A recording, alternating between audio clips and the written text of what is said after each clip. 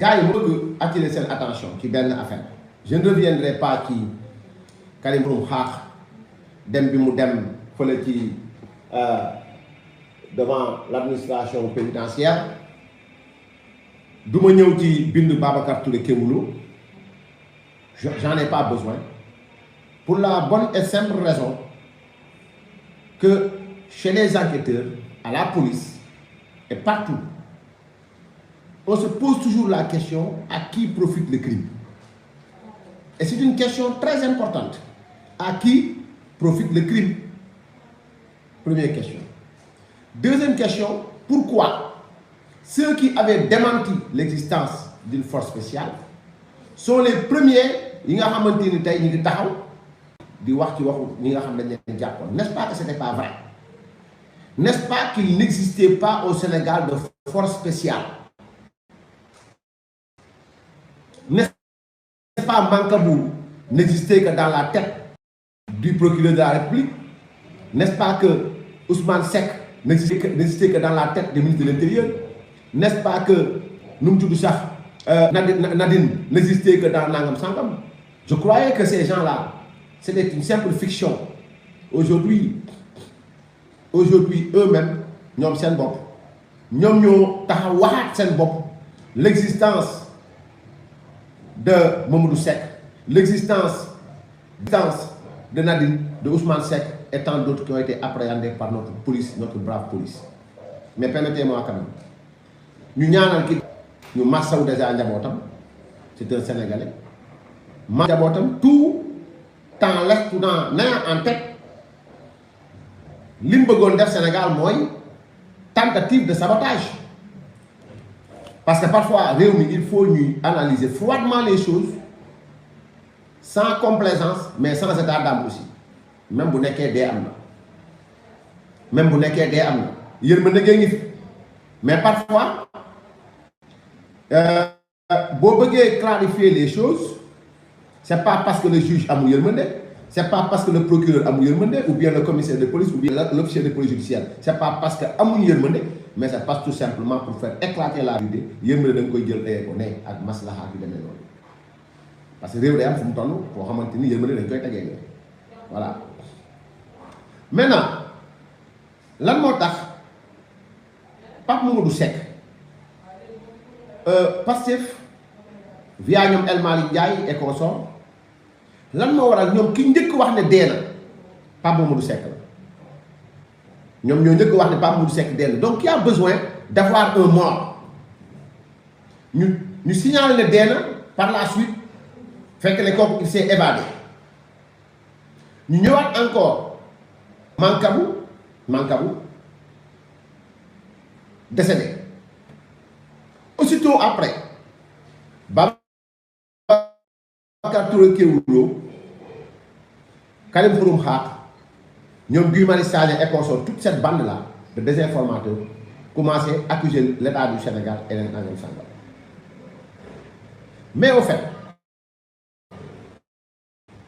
de ce qui va suivre te procureur ñëw di ko wax léegi te ñu bëgg dalal xel doomu aadama yi, l'État du Sénégal n'est ni de près ni de loin. Il n'y a pas de dépouille par rapport à Pape Mamadou Seck, il s'est évadé. Ça, c'est là. Il n'y a pas de complot ou de crime concernant Mancabou parce qu'il s'est suicidé. Que ça soit très clair. Primo mooy nit ki ñu jàpp caméra yi filmé la ngay arrière di mbëkk miir bi. Voilà ce que Mancabou faisait.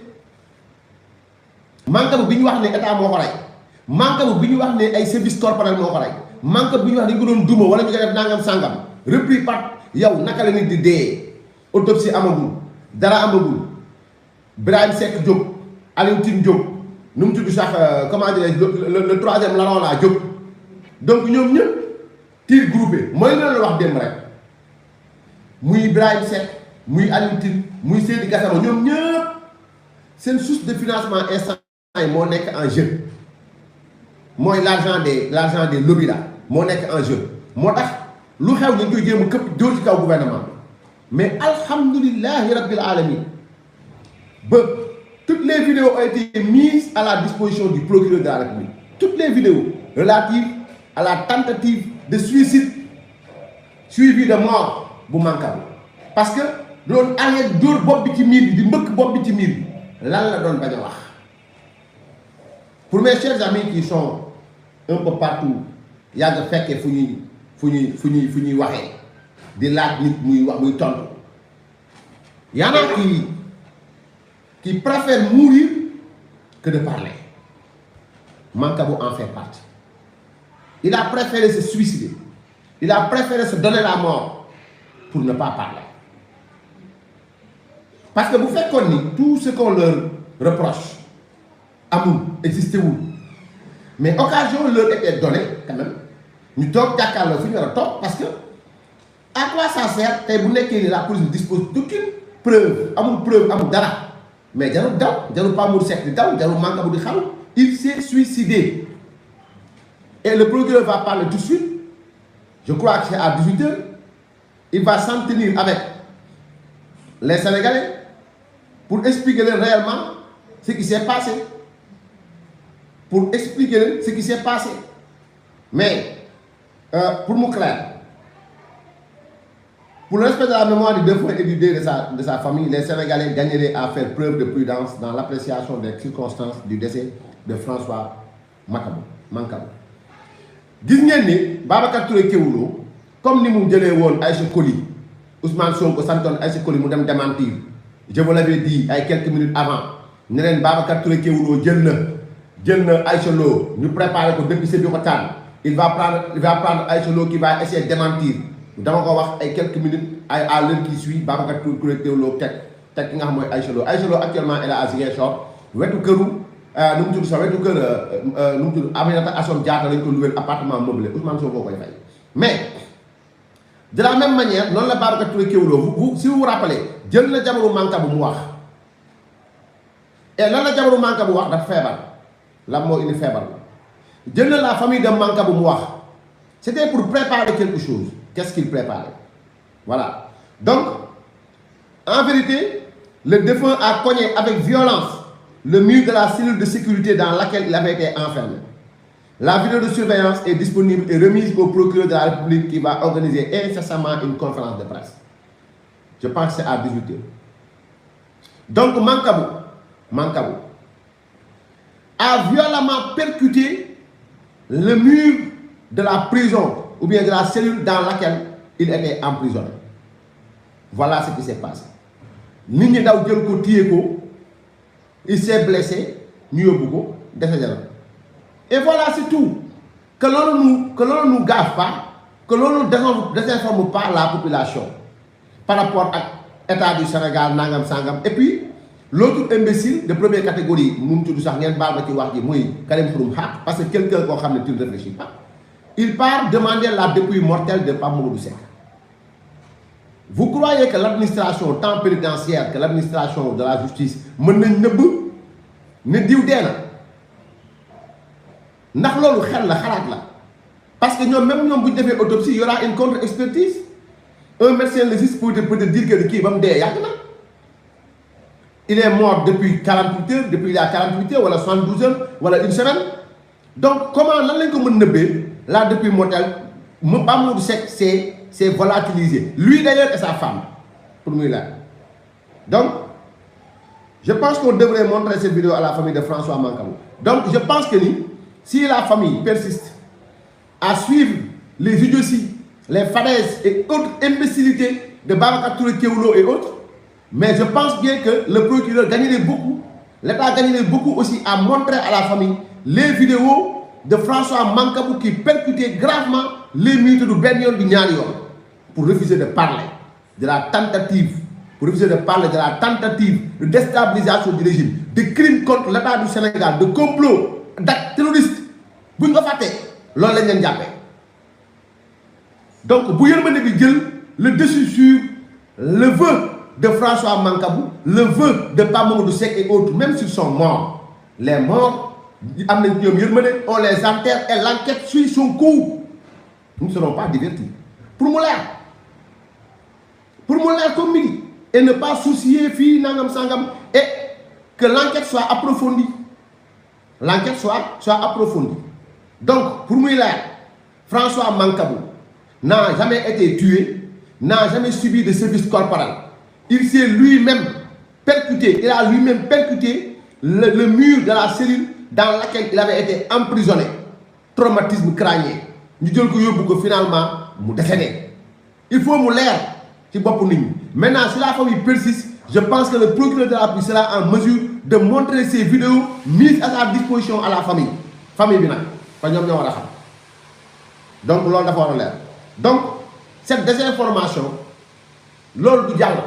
Mo taxal mané nako def vidéo bu gatt bo xamni dañ ko mëna partager fu nek pour wax leen ni bu ngeen ayé ci fen ñun ñu ay ci indi dëgg lu ngeen fen so ba ngon ni firi ko faram faccé ko pour le bien des Sénégalais. Parce que li ngeen bëgg dajalé dogu ci kaw nguur du yërëm famille bi du yërëm dara c'est que yërëm mëna ñak yërëm mëna nak ba jog ci néew di fen ñun ñu taxaw ci kanamu néew bi ñaanal ko yalla yërmande mais nak ba jël yërmande gi mu tim la lucidité. Il faut qu'il y ait la lucidité. État am na yërmande mais état ci kanam yenn mbir yi dañuy tegee ne yërmande gi observer avec des yeux lucidement donc d'une manière très lucide ñu ñu génn dëgg bi et ne pas oublier li yëkkati woon Mancabou. Il a été seul qui détenait par derrière lui un pistolet factice. Ne l'oublions pas. C'est-à-dire que la mort ne nous fasse pas oublier le vœu ak désir Mancabou Ousmane Seck ak Pape Mamadou Seck max criminalité ak ñooñu non buñ ko fàtte. Leur vœu moo nekkoon faire moo nekkoon saboter les installations non seulement de la Sénélec mais yeneen administration du Sénégal seen yéene bu yeggoon tey ñun ñooy dee ñoom ñu dund et ils ne seront pas vus. Donc il ne faut pas que voilà donc qu'on observe d'une manière comme ben moine. Nous ne sommes pas des moines ni des khalifes généraux. Nous sommes des citoyens sénégalais épris de justice et qui veulent que la lumière soit faite sur cette affaire-là. Voilà.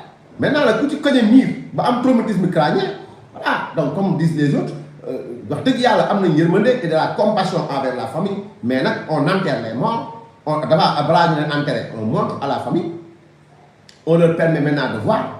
Les vidéos sont avec le procureur de la République, sur le Djoumoulé. Donc tout cela, donc voilà, donc après, on enterre, l'enquête suit son cours et la vie continue. Le Sénégal dans sa culture, sa paix. Là. Donc, Karim Xrum Xax gagné beaucoup à réfléchir. Parce qu'il y a le blog de Bob, c'est pour les gens. Donc il est parti là-bas pour demander la dépouille de quelqu'un qui s'est évadé. Et je crois bien qu'il est parti avec sa femme. Donc il n'y a pas de dépouille. Parce que puisque Pape Mamadou Seck n'est pas mort, il s'est évadé. Donc voilà. Non, maintenant, quand à Mancabou, il est mort certainement, mais c'est lui qui a cogné, mais d'une manière voulu, délibérée, pour ne pas parler. Et il cherche à protéger qui, à qui profite ce crime, et pourquoi s'est-il suicidé. Voilà, une question de bon, voilà. Le procureur il est là pour enquêter sur ça. Donc, les radios là, Babacar Keoulo, voilà, Babacar il est dans son rôle. Babacar Touré Kewoulo, il est plus dangereux que Ousmane Sonko. Yalla xamna ko. Il est plus dangereux que Ousmane Sonko. N'oublions pas, il a été le seul presse sénégalais, à part Dakar Matin, à interviewer Kourouma Sane 3 fois en France, 2 fois en Casamance. Lui seul, le rebelle qui l'affaire de Bofa Bayot là. Nous avons réglé les mots de lan la seq ak ñom ban relation la am ak ñom relation d'amitié ba la motax lu xew rek Babacar Touré Kewoulo si c'est le sud day naaw dem pour essayer de disculper les gens.